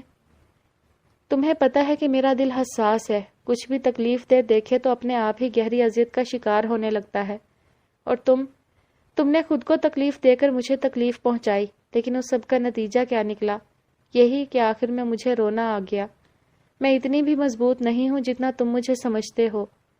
اس نے بے حد سچائی سے کہہ کر اپنا سر بیڈ کراؤن سے ٹکایا تھا۔ اسی لمحے معاذ نے بھی اپنا سر گاڑی کی پشت سے ٹکایا۔ لیکن میں نے تو تمہیں نہیں کہا تھا کہ میری تکلیف کو بھانپ لو، یہ تو تمہارا اپنا فیصلہ تھا نا۔ بات اگر میرے فیصلے اور اختیار کی ہوتی تو تمہیں نہیں لگتا کہ میں خود کو بہت سی اذیتوں کا شکار ہونے سے بچا لیتی؟ لیکن سچ تو یہ ہے معاذ کہ یہ سب بے اختیار ہے، میرے اختیار سے باہر کی بات ہے۔ ابھی اور مضبوط بننے میں مجھے مزید وقت لگے گا۔ پھر کیا کرنا چاہیے مجھے؟ تم سے دور ہو جاؤں؟ جانے کیوں اس سوال پر رابیل کا دل کہیں اندر تک ڈوب کر ابھرا تھا۔ اور اگر میں کہوں کہ نہیں تو پھر کیا تم میری بات مانو گے؟ اور اب خاموش ہونے کی باری معاذ کی تھی۔ جو بھی فیصلہ کرو گی مجھے منظور ہوگا۔ تم میرے ساتھ رہنا چاہتی ہو یا مجھ سے علیحدگی کا فیصلہ کرتی ہو، میں تمہارے ہر فیصلے کا احترام کر کے شرافت کے ساتھ پیش آؤں گا۔ اس کی آواز اب کے بے حد سنجیدہ تھی، جیسے ہمیشہ رہا کرتی تھی۔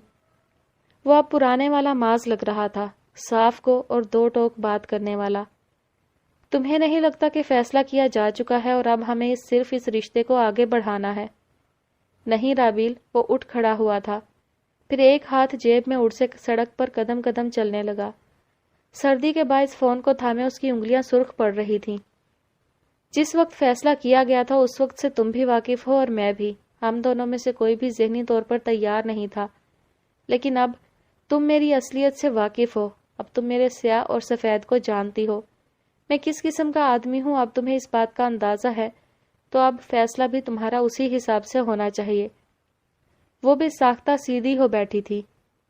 مجھے تمہارے ساتھ پر کوئی اعتراض نہیں ہے معاذ، بلکہ کبھی کبھی تو مجھے لگتا ہے کہ مجھے کوئی اور انسان ہینڈل نہیں کر سکتا۔ میری بے وقوفی، میری حساسیت اور میرے حجاب کو ہینڈل کرنا ہر کسی کے ظرف کی بات نہیں ہے۔ اسے کچھ ہی لوگ سنبھال سکتے ہیں اور تم ان لوگوں میں شامل ہو۔ میرے ساتھ پر راضی ہو تم؟ اس نے آخر میں سوال کیا تھا۔ اس نے بس ایک پل کا وقت لیا تھا۔ میں راضی ہوں۔ سوچ لو۔ اور اب وہ اسے تنگ کر رہا تھا۔ ایک جانب سے لب دبا کر اس نے لبوں پر ابھرتی مسکراہٹ روک رکھی تھی۔ جانتا تھا کہ اب رابیل کی جانب سے اسے ڈانٹ پڑنے والی ہے۔ مجھے پتا ہے کہ تمہیں مجھے تنگ کر کے بہت مزہ آتا ہے، لیکن میں بھی اب تنگ ہونے والی نہیں ہوں، کیونکہ میں جانتی ہوں کہ تم ایک جنگلی خر ہو جو کبھی نہیں سدھر سکتا۔ اس کے جل کر کہنے پر وہ ہنس پڑا تھا۔ کوئی اپنے شوہر کو جنگلی خر بولتا ہے؟ اس نے افسوس سے سر ہلا کر کہا تھا۔ وہ دوسری جانب ہنسی۔ بالکل، میں اپنے شوہر کو جنگلی خر کہہ سکتی ہوں کیونکہ وہ اسی لائق ہے، اور مزے کی بات بتاؤں، اسے خود بھی پتا ہے کہ وہ جنگلی خر کہلانے کے لائق ہے۔ بالکل بابا کے نقش قدم پر چل رہی ہو تم، دیکھ رہا ہوں میں تمہیں۔ اگر تم سامنے ہوتے نا تو اس بات پر تمہیں زبان دکھا کر بھاگ جاتی میں۔ اب کہ وہ اس کی بات پر بے ساختہ ہی ہنس پڑا تھا۔ آس پاس پھیلی دھند میں آسمان سے گرتی چاندنی چمکی تھی۔ آسمان پر تیرتی سرمئی بدلیاں ان کی باتوں پر مسکرائی تھیں، اور چلتی ہوا کے جھکڑوں نے لمحے بھر کو مڑ کر اس لڑکے کو دیکھا تھا۔ تم مجھے کیسے مل سکتی ہو رابیل؟ اتنی آسانی سے کیسے؟ اس نے مدھم اٹھتے قدموں کے ساتھ سوال کیا تو وہ چپکے سے مسکرا دی۔ آنکھیں اب تک پچھلی نمی کے باعث چمک رہی تھیں۔ آنسوؤں کے نشانات اب بھی اس کے رخساروں پر ثبت تھے، مگر لبوں پر کھلتی مسکراہٹ اب اس تاثر کو زائل کرنے لگی تھی۔ جیسے تم مجھے مل سکتے ہو ویسے ہی میں بھی تمہیں مل سکتی ہوں۔ کتنی آسان تھی وہ، کتنی آسانی تھی اس کے ساتھ معاملہ کرنے میں۔ پیچیدہ باتیں کرنی ہی نہیں آتی تھی اسے۔ لوگوں کی دی گئی بیجا تکالیف برداشت کرنے کے بعد بھی وہ درست نہیں ہوئی تھی۔ اس کا دل آج بھی مہربان تھا۔ مجھے لگتا تھا کہ میں ساری زندگی اس سیاہ رات سے کبھی آزاد نہیں ہو پاؤں گا۔ مجھے لگتا تھا کہ میں خود کو کھو چکا ہوں تو کبھی پا نہیں سکوں گا۔ یوں لگتا تھا کہ اگلی ساری زندگی اندھیر ہو کر گزرنے والی ہے، لیکن رابیل، مجھے نہیں پتا تھا کہ میرے اس سیاہ کہف میں کوئی روشنی تھی جو مجھ سے چھپا کر رکھی گئی تھی۔ وہ روشنی تم تھی رابیل۔ مجھے ایک عرصے تک اس میں تنہا رہنے کے بعد تمہارا ساتھ نصیب ہو گیا۔ کتنی عجیب بات ہے نا کہ تم میرے اتنے قریب تھی مگر مجھے اتنے وقت بعد ملی۔ کچھ نعمتیں اوقات کے ساتھ باندھی گئی ہوتی ہیں، ان کے لیے ایک وقت مقرر ہوتا ہے۔ وہ آپ کو کبھی اس وقت سے پہلے یا بعد میں نہیں مل سکتی۔ ہمیں بس اس وقت کا انتظار کرنا ہوتا ہے، صبر کے ساتھ، اپنی ذات کو امید کی روشنی تھما کر۔ وہ مسلسل اپنی انگلی پر لٹ لپیٹ رہی تھی اور اسے پتا تھا کہ وہ مسکرا رہی ہے۔ کاش کہ وہ اس سمے آئینہ دیکھتی تو اسے اندازہ ہوتا کہ وہ کتنی پیاری لگ رہی ہے۔ تو میں تمہاری روشنی ہوں، کتنی اچھی ہوں نا میں؟ بے نیازی سے کہہ کر یوں ہی آنکھیں گھمائی تھیں۔ وہ اس کی بات پر مسکرایا۔ میں اتنا کڑوا ہوں، رہ لو گی میرے ساتھ؟ ہاں، رہ لوں گی۔ بڑی مضبوط ہو گئی ہو، تمہاری سوچ سے بھی زیادہ۔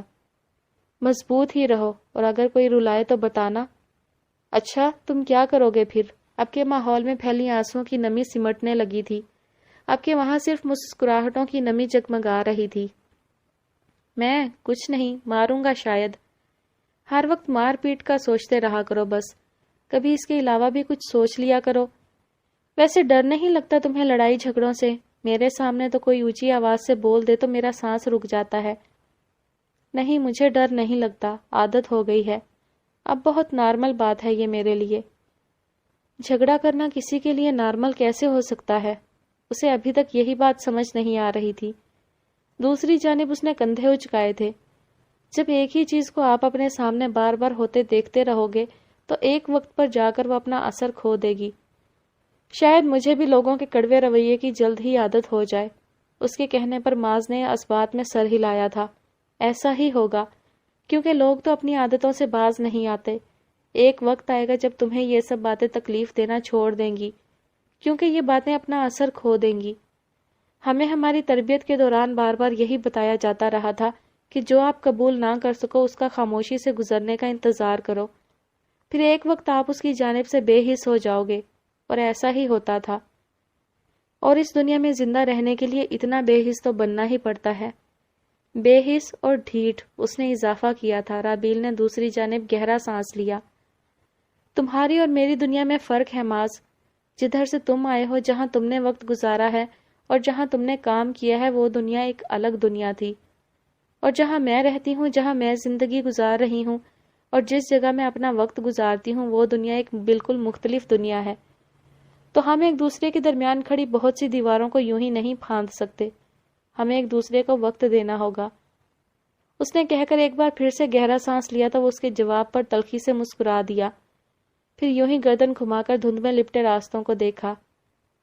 دنیا تمہاری ہو یا میری رابیل، ڈھٹائی اور بے حسی ہر جگہ ضروری ہے، اور اگر کوئی ڈھیٹ نہ ہو تو کیا وہ اپنے لیے اپنے آپ کو ہر عذاب کے لیے تیار رکھے، کیونکہ دنیا تو ظالم ہونا نہیں چھوڑتی۔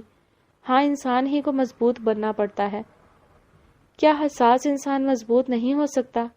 اب کہ اس کی آواز میں خفگی بے حد واضح تھی، وہ اس کی خفگی سے محظوظ ہوا تھا۔ حساس انسان مضبوط ہو سکتے ہیں، لیکن بات گھوم کر وہیں آ جاتی ہے کہ ان کی حساسیت انہیں تکلیف دے جاتی ہے۔ میرا کچھ نہیں ہو سکتا پھر تو، اس نے مایوسی سے کہہ کر اب کہ اپنا سر تکیے پر رکھا تھا۔ آنکھوں سے کوسوں دور نیند یوں ہی اس کی آنکھوں میں لمحے بھر کو جھانکی تو بے ساختہ ہی اس نے اپنی جمائی روکی۔ تم مضبوط بنو، حساسیت چونکہ تمہاری طبیعت کا حصہ ہے تو یہ تمہارے اندر سے مکمل طور پر کبھی ختم نہیں ہو سکتی۔ ہاں، وقت کے ساتھ ساتھ جیسے تم مضبوط ہوتی جاؤ گی، لوگوں کی باتوں کو کم سوچنے لگو گی، تب تمہاری اس حد درجہ حساس ہونے والی عادت میں کچھ کمی آ جائے گی۔ اس کی آنکھیں نیند سے بھاری ہونے لگی تھی۔ آواز بھی بس ایک لمبے سے ہوں کی صورت نکلی تو معاذ بھی اپنی گاڑی کی جانب چلا آیا۔ لیکن مجھے نہیں لگتا کہ میں کبھی تم جتنی مضبوط بن سکتی ہوں۔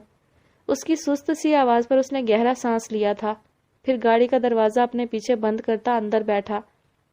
تمہیں مجھ سے مقابلہ کرنے کی ضرورت نہیں ہے، تمہیں اپنے آپ سے مقابلہ کرنے کی ضرورت ہے۔ اپنے کل سے اپنے آج کا مقابلہ کرو، اور ویسے بھی تم جیسی بھی ہو مجھے قبول ہو۔ بس تو ٹھیک ہے نا؟ اس نے منہ پر ہاتھ رکھ کر ایک بار پھر سے جمائی روکی تو معاذ جانے کیوں ہنس دیا۔ جب تمہیں کوئی مسئلہ نہیں تو میرا کیا جاتا ہے، ایسے ہی رہنے دو مجھے، اور تم بھی شرافت سے گھر جاؤ۔ ہر وقت کی یوں من مانی کرنا اچھی بات نہیں ہوتی۔ شریف گھر کے لڑکے ایسی حرکتیں نہیں کرتے، سمجھے؟ کتنی نرم آواز تھی اس کی، اور اب یوں نیند کے خمار میں ڈوبی اس کی آواز اور بھی بچوں جیسی لگ رہی تھی۔ اس سخت سی دنیا میں وہ بچوں کی سی معصومیت لیے دنیا بھر کے دکھ سمیٹنے کی خود میں طاقت رکھتی تھی۔ سو جاؤ تم اب، اور میرے لیے لڑنے کی کوئی ضرورت نہیں۔ کسی کو بھی میرے لیے جواب مت دو، تم تھک جاؤ گی۔ اگنور کیا کرو، ہر بات پر رد عمل دینا ضروری نہیں ہوتا۔ لیکن اس نے آنکھیں پٹ سے کھول کر احتجاج میں کچھ کہنا چاہا تو اس نے آرام سے اس کی بات کاٹی۔ سو جاؤ چپ کر کے اب، باقی کی بحث ہم پھر کبھی کر لیں گے، خیال رکھنا۔ ویسے بس ایک بات بتا دو، اور وہ جو فون کان سے ہٹانے ہی لگا تھا یکدم رک گیا۔ اس کی بوجھل آواز میں بے ساختہ ہی کچھ یاد آنے پر جوش سا بھر گیا تھا۔ میں نے اکثر کپلز کو دیکھا ہے، ان میں سے لڑکی کو ہمیشہ بحث ختم کرنے کے لیے خاموش ہونا پڑتا ہے، یعنی اس کی اپنی کوئی رائے ہی نہیں رہتی۔ لیکن تم ایسے نہیں کرتے، تم مجھے خاموش نہیں کرواتے، تم روب کیوں نہیں جماتے ہو؟ اس کی نیند ایک بار پھر سے اڑنے لگی تھی، یوں لگتا تھا گویا اس نے معاذ سے اپنا پسندیدہ سوال پوچھا ہو۔ دوسری جانب اس نے ابرو اکٹھے کر کے سامنے دیکھا، پھر کندھے اچکائے۔ سیدھی سی بات ہے، میں تمہیں خود سے کمتر نہیں سمجھتا۔ جو مرد ایسے کرتے ہیں وہ اکثر خود کو اپنی بیوی سے زیادہ عقل مند اور قابل شرف و منزلت سمجھتے ہیں، لیکن میرے معاملے میں ایسا نہیں ہے۔ ایک پل کو رک کر اس نے کان کی لو مسلی تھی۔ تمہاری رائے میرے لیے اہم ہے، اور دوسری طرف اگر میں مسلسل بحث کر رہا ہوں تو ہمیشہ تمہیں ہی کیوں سوچنا پڑے بحث ختم کرنے کے لیے؟